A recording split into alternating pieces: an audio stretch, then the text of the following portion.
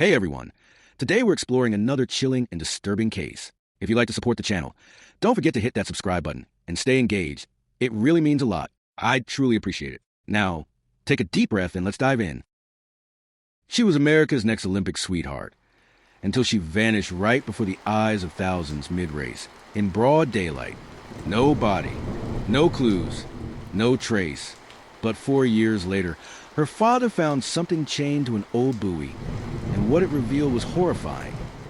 The victim, name, Elena Harper. Age at disappearance, 23. Occupation, Olympic-level swimmer, Team USA prospect. Hometown, Newport, Oregon. Known for breaking national records in open water endurance swims. July 19, 2020, 10:02 a.m. Elena dives into the ocean for a 10K open water race off the coast of Oregon. Cameras are rolling. Spectators watch. Within 6 minutes, she's seen slowing down, drifting off course, and then gone. 10:17 a.m. Emergency divers are deployed. No sign of her. 12:40 p.m. The race is canceled. Coast Guard begins search and rescue. Helicopters scan the area. Divers work through the night. Still nothing. Day 3. Authorities call it a likely drowning.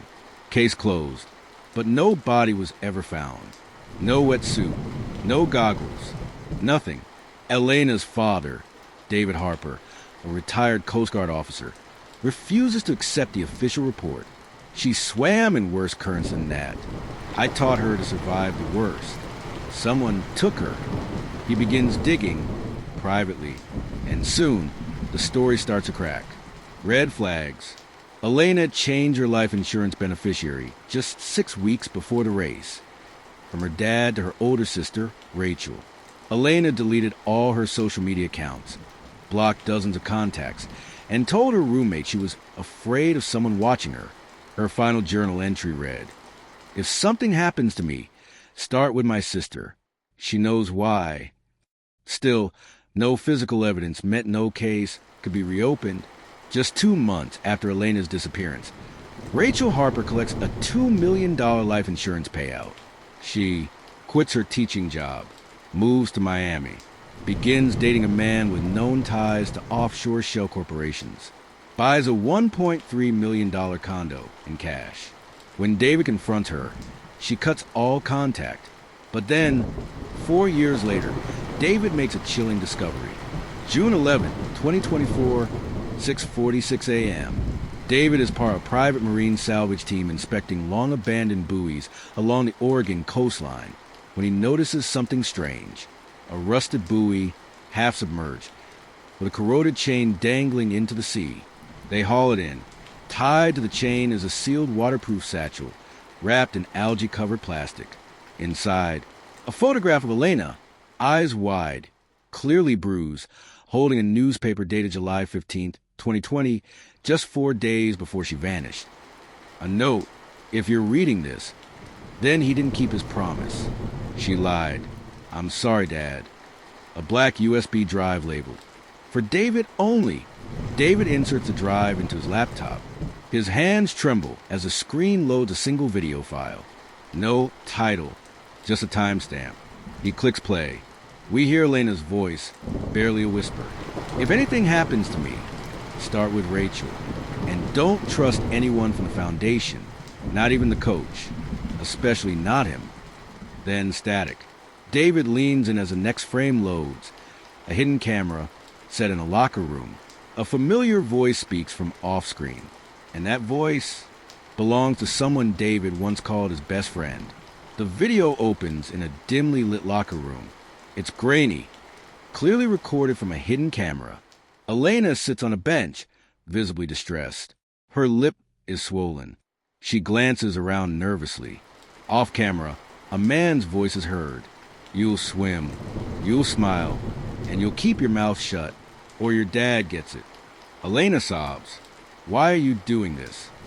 No face is shown, but the voice is unmistakable to David Harper, Coach Brent Mallory, Elena's mentor since she was 14, a trusted family friend, practically a second father. David is stunned. Coach Mallory was at the race the day Elena vanished. He gave multiple press interviews, stating he believed she likely suffered cardiac arrest in the water. But the video told a different story. Elena wasn't panicked about racing. She was being threatened. David sends a video to a private investigator, who confirms the file is authentic and time-stamped just 2 days before Elena's disappearance. Digging into Coach Mallory's past reveals a disturbing pattern. 2015. A 17-year-old swimmer under his care in Florida suddenly quits the sport, moves states, refuses interviews. 2017. A female swimmer files an anonymous complaint about emotional manipulation and inappropriate conduct during training trips. The case was quietly dismissed. 2019. Elena subtly distances herself from the team and moves out of her shared apartment with other swimmers. She tells her roommate, "I don't feel safe." And Rachel, she made a deal with him. Rachel Harper, Elena's older sister, wasn't just a passive bystander. David finds an encrypted email backup on Elena's old tablet, previously locked and discarded. The most recent message? Sent 3 weeks before the race, from Rachel's email account to Coach Mallory's personal address. It reads, "She's getting suspicious. If we're going to do this, it has to be soon, before she changes the policy again." Attached is a scanned copy of Elena's life insurance documents and bank routing numbers linked to an offshore account in Rachel's name. David turns the evidence over to a retired FBI agent who agrees to quietly investigate. Within days, the agent uncovers Rachel received $1.2 million in transfers routed through a fake swim scholarship foundation run by Coach Mallory. A second account, under an alias, was traced back to a property in the Bahamas, where Elena's passport was used 10 months after her death. Wait, what? Elena might still be alive. The final scene shows David on a Zoom call with a retired agent, staring at a blown-up image taken by a street camera in Nassau, Bahamas. The date? May 3rd, 2021. In the image is a woman wearing sunglasses and a headscarf. But David knows that stance, that posture. "That's my daughter," he whispers. But just before the call ends, the agent's face tenses. "Mr. Harper, there's something else." We trace the woman's last known location to a clinic just outside Nassau. He pauses. It's not a hospital. It's a psychiatric facility. And according to our source, she was checked in under the name Rachel Harper. David's heart pounds. My daughter's being held under her sister's name, and the man who signed her, and the agent says slowly, was Brent Mallory. After confirming the clinic's name, St. Mercy Wellness Center, located 30 minutes outside Nassau, David Harper books a flight. He doesn't tell anyone, not even his remaining family. He knows if what the investigator uncovered is true, then he can't trust anyone. Upon arrival, he hires a local translator and driver, posing as a wellness consultant visiting potential facilities for U.S. partnerships. The goal: get inside and confirm if Elena is there. The clinic is surrounded by white walls and palm trees. Peaceful, deceptively so. David notices something odd right away. No patients are visible outside. All windows are barred from the inside. Security cameras cover nearly every inch of the perimeter. Inside, a nurse escorts him through the halls. He spots a glimpse of a woman being wheeled in a chair, face covered, wrist strapped. His stomach turns. When David asks about patient Rachel Harper, the nurse stiffens. "We don't disclose guest names here, sir." He's given a brochure and told to leave. That night, David meets again with a retired FBI agent who's flown in with new intel. They discovered Brent Mallory is a silent financial partner in the clinic, listed under a shell company. 2 other missing athletes from different countries had family members connected to the same facility. One also declared mentally unfit under suspicious circumstances.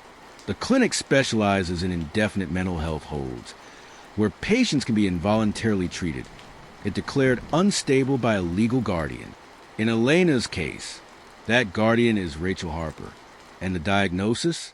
Delusional disorder with fabricated trauma tied to imaginary abuse. David and the agent hatch a risky plan. They bribe a former clinic staffer who claims to have seen a young American girl arrive in 2021, disoriented, sedated, and screaming for her father. The staffer says she was placed in room 14B, a sealed section with no visitors allowed. But before they can arrange access, the staffer warns them, "You're not the first to ask about her. Someone else came a month ago. American, female, blonde. She paid more to shut us up. Rachel, she knows, back in Oregon." David's old Coast Guard friend sends him a redacted report recovered through unofficial channels. It's a weather surveillance file from the day of Elena's disappearance. In the background, barely visible on one frame, a speedboat is seen lurking just offshore, right before Elena disappears. The boat's registration is traced to a yacht broker in Florida. The buyer? Rachel Harper. As David prepares for a covert return to the clinic, his hotel room phone rings. He answers. A scrambled voice says, "You need to leave the island. Now, if you try to find Elena again, you'll never see her alive." The line goes dead. David rushes to the hotel lobby, but his rental car is gone. In its place, a manila envelope taped to the door. Inside are 5 printed photos, all surveillance shots. One of David boarding the plane, one outside the clinic, one of him at dinner with the agent, one of the USB drive, and one of Elena strapped to a hospital bed, crying. Scrawled in black marker across the last photo, "She stays here." After receiving the manila envelope with surveillance photos and the threatening message, David goes into hiding. The retired FBI agent arranges a secure location for him to lay low while they regroup. But David is done waiting. He insists, "If my daughter is in that place, then I'm going in. No more delays. No more permission. I'll get her out or I'll die trying." Using a fake ID and forged clinic credentials, David returns to St. Mercy Wellness Center under the alias Dr. Richard Price, claiming to be conducting a psychiatric audit with the help of an inside contact, the same former nurse who originally tipped him off. He's escorted toward a restricted wing. The nurse whispers, "Room 14B. She's still there, but they started something new last week. I think they're planning to erase her memory completely." David's blood runs cold. In a hidden wing of the clinic, David finds files labeled Neuromodulation Protocol, case #E.H. Elena Harper. Inside, he reads, "Condition: involuntary admittance for delusional trauma. Treatment: high-dose benzodiazepines, dissociative therapy, EMDR override conditioning. Objective: memory destabilization followed by identity reconstruction. Custodial signature: Rachel Harper." At the bottom of the file, he finds a chilling note. If successful, subject will be declared permanently unfit for reintegration. Custodial rights remain with guardian. Guided by the nurse, David slips into the corridor leading to room 14B. The hallway is lined with locked doors. No names, no signs. Finally, he stops at the last one. A security keypad blocks access. But David's inside contact provides the code. Beep, click, the door creaks open. Inside, the room is bare, sterile, cold, and there, strapped to a hospital bed, pale, sedated, eyes flickering, is Elena. Her hair is shaved. She's barely conscious. David falls to his knees beside her, whispering, "Baby, it's me. I found you. I'm taking you home." Elena blinks. One tear slides down her cheek. She tries to speak, but her lips only form one word, "Rachel." Suddenly, a loud alarm blares through the hallway. David spins around. Security is coming. As David reaches for restraints to free Elena, a voice booms over the intercom. "Unauthorized presence detected in isolation ward. All staff proceed to 14B." David frantically unlocks the restraints. Elena is weak, nearly unconscious. He lifts her into his arms. Suddenly, the lights cut out. Complete darkness. Then a single emergency light clicks on, bathing the hallway in red. From the shadows outside the door, footsteps approach. Then a silhouette appears. It's Rachel Harper, dressed in black. Calm, smiling. "Daddy," she says coldly, "you were always too late." The red emergency light casts a devilish glow across the hall. David, clutching Elena in his arms, backs into the room. "You did this to her?" he asks, his voice breaking. Rachel steps forward, her tone ice cold. "No, Dad. She did this to herself when she started digging where she shouldn't have." "You had your sister locked away?" "No. I saved her from what she was becoming. You still don't see it, do you? She was never the victim." Suddenly, 2 guards appear behind Rachel. They move toward David. He bolts the door shut and wedges a nearby chair under the handle. As he searches the room for an exit, Elena stirs in his arms. Her voice, faint but clear, whispers, "The foundation, Rachel and Coach, it wasn't just insurance. It was trafficking. Overseas, girls from swim programs." David freezes. "What?" "I found the files. I copied everything. Rachel said I was jeopardizing everything they built. And just like that, everything clicks. The foundation Rachel and Coach Mallory ran was a front for exploiting young female athletes. Elena discovered the truth. That's why they silenced her. Not because she was unstable, because she knew too much." David notices something strange behind the hospital bed. A loose panel in the wall. He pulls it free, revealing a narrow maintenance shaft. He quickly squeezes Elena through, then follows. As he crawls behind her, the door behind him crashes open. Guards flood the room. Rachel shouts, "Find them! Now!" David and Elena emerge into a dim service tunnel and escape through a laundry gate at the back of the facility. They reach the main road, where the retired FBI agent is waiting in a van, engine running. As they speed off into the night, David looks back at the clinic disappearing behind them. But they're not safe yet. The agent warns, "They'll come after you." She still controls the estate, the clinic, the bank accounts. And Rachel doesn't just want to cover this up anymore. She wants to end it. Rachel returns to her office, furious.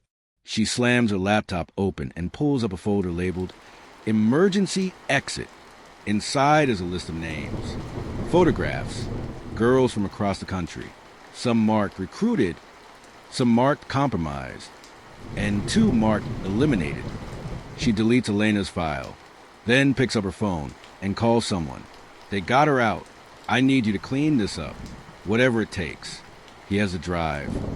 On the other end of the line is a familiar voice, calm, male, deep, Coach Brent Mallory. As David and the agent hide Elena in a safe house, she finally manages to speak clearly. "There's another girl. She was supposed to be next. If we don't stop them, she'll disappear too." David opens the files Elena risked her life to preserve. And at the very top of the list is a name he instantly recognizes. Maya Turner, age 16, Oregon Regional Swim Team. David drops the file. "She's my goddaughter." At the top of Elena's encrypted folder is a document labeled Prospect Turner Maya. Asset level high. Details include age 16. Location Portland, Oregon. Club affiliation Northwest Wave Swim Academy. Family status single mother, low income. Coach recommendation approved B. Mallory. Schedule for evaluation July 18, 2025, just 10 days away. David stares in horror. She's just a kid.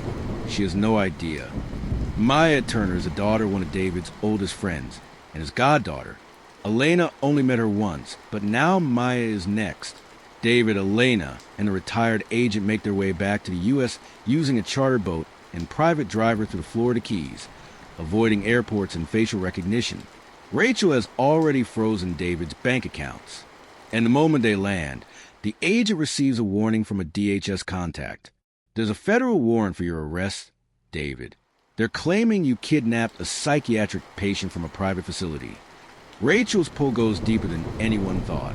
But David doesn't care. Let them come. She's not taking another girl. They arrive in Portland under fake IDs and rush to Maya's home, a small apartment in a quiet suburb. Maya's mom, Nicole, is hesitant at first until Elena steps forward. Bruised, shaved head, still recovering.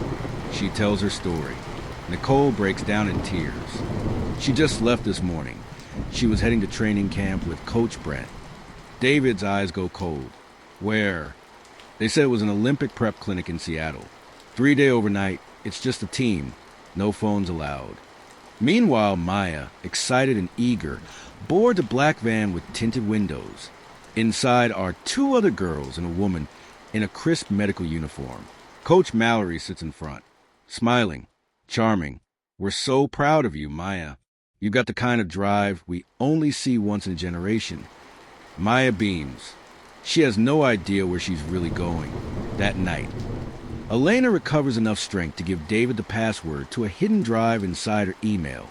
On it is a video diary she recorded before the race, a backup in case she didn't survive. In it, she describes how Rachel blackmailed her into staying silent, how Coach Mallory ran recruitment through their fake scholarship foundation, and how they used mental health clinics to disappear girls who asked too many questions. I tried to warn Maya, but she thought I was jealous or crazy. Rachel told her I was unstable. If you're seeing this and Maya's gone, please, Dad, find her before it's too late. The agent taps into Mallory's travel records and finds what they feared, a private shuttle headed north. Final destination, Black Pines Retreat Center, Washington. A place with no website, no official records, and owned by a company registered to Rachel Harper. As David prepares to go after Maya, he receives an anonymous text. Mobile phone with arrow, turn back or she dies. You're not just playing with family anymore. You're playing with a syndicate. He shows the message to the agent. It's not just Rachel, the agent says. It never was. This thing is bigger. It's global, and it's protected. A remote compound, surrounded by dense pine forest. No signs, no gates, no internet. Just a long gravel road and a discreet entrance. Inside, Maya and 2 other girls are told they'll be evaluated for elite Olympic placement. They're stripped of phones, electronics, and IDs. They're told they'll undergo cognitive tests to determine their fitness. But Maya grows suspicious when she's given a sedative before her evaluation. Her personal belongings are burned, and she sees Coach Mallory argue with a woman in a lab coat about timing. David, the retired FBI agent, and Elena reach the woods near the facility. They hike through dense brush with satellite maps and thermal gear. They spot guard patrols, dogs, fencing with motion sensors. It's no retreat. It's a fortress. But then, Elena spots something, a side trail that leads to a maintenance tunnel, just like the one she escaped through at St. Mercy Clinic. David and the agent sneak in through the side shaft. Elena stays outside, keeping watch with a drone. Inside, David finds a holding wing disguised as dorm rooms. Behind one locked door, he hears crying. It's Maya. She's groggy but alert. Her pupils are dilated. Uncle David, she whispers. How did you? No time. We're getting you out. They unlock her restraints and move quickly, but as they reach the exit, alarms blare. Security swarms the halls. In the chaos, David and Maya are cornered in a corridor. Then, someone steps out from the shadows. Rachel, dressed in full black, clipboard in hand, flanked by armed guards. She smiles. You never did know when to quit. David steps in front of Maya. It ends tonight, Rachel. But then, a shot rings out. The FBI agent collapses behind them, shot in the back. Rachel turns to the shooter, and it's not a guard. It's another agent, one who is helping David. A double agent. Rachel smirks. We built this operation with powerful people. Dad, the moment you stepped into this, you were already dead. But before Rachel can give the order to execute them, the building shudders. Outside, explosions. Elena, using remote C4 from their drone equipment, detonates the fuel line near the fence. Chaos erupts. The guards panic. Sirens wail. David seizes a moment, takes the agent's gun and fires at the lights. Everything goes dark. In confusion, they grab Maya and flee through the smoke-filled corridor. Outside, a prearranged helicopter lifts them into the night sky. They look down as the facility burns. Guards scatter, and Rachel disappears into the trees. Maya is taken to a secure location. Elena gives her full testimony to an international task force. Dozens of girls are rescued from partner clinics In other countries, Coach Mallory disappears. A global manhunt is issued.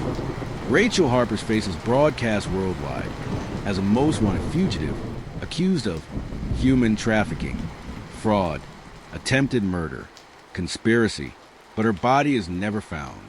I thought I knew my daughters. I thought I understood evil. But evil doesn't wear horns. Sometimes it wears your last name. 6 months later, a nurse in Thailand receives a new intake, a patient with no ID, speaking only in whispers.